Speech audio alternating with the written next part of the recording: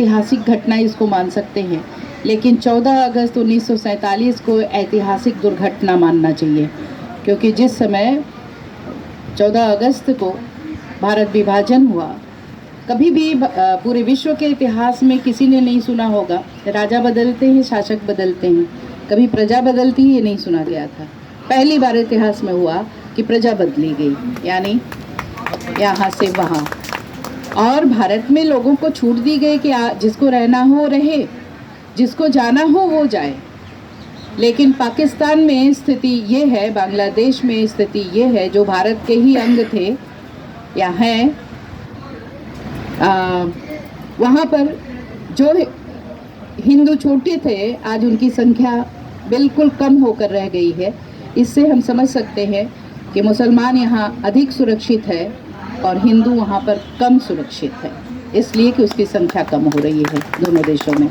तो ये एक जो कारण रहा। लेकिन 1947 के बाद हमारे देश में एक कोई षड्यंत्र, सुनियोजित षड्यंत्र के तहत कुछ मुट्ठी भर वाम विचारकों ने, वक्रपंथी विचारकों ने इतिहास के नाम पर छल छद्म करना शुरू किया। इधर से जाने वालों की पीड़ा घड़ियाली आंसू बहाते हुए बहुत की कि बड़ा अत्याचार हुआ, बड़े उनके साथ बड़ा अन्याय हुआ।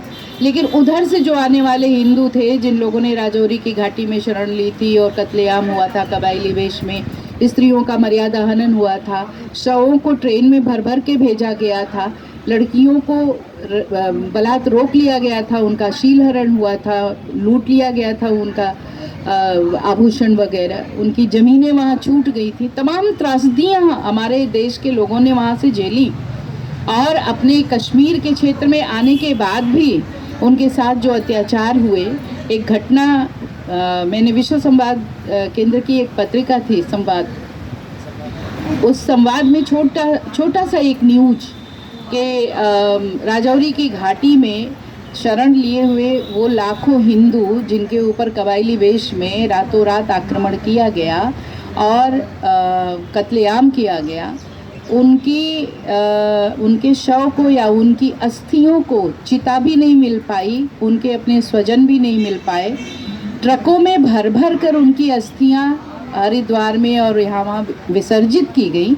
जो बचे हुए लोग थे उस त्रासदी में, वो अपने अपने रिश्तेदारों के यहाँ शरण लेने के लिए बाध्य हुए। कौन लिखेगा इनका खूनी इतिहास? वो छोटी सी न्यूज विश्व संवाद की पत्रिका में।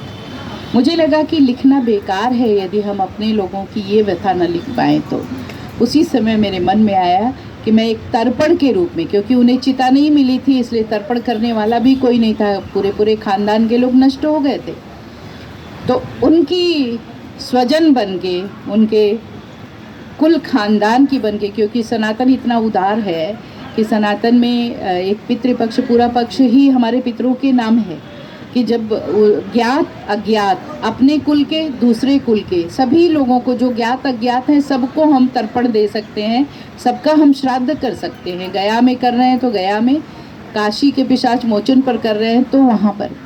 तो ये जो हमारी उदारता है, हमारी सनातन संस्कृति की, उस उदारता ने मुझे प्रेरित किया कि मैं उन सारे जो मारे गए थे हमारे भारतीय राजौरी की घाटी में, लाखों लोग जिनका नाम नहीं पता, जिनको चिता नहीं मिली, उनको मैं तर्पण दूंगी शब्दों का।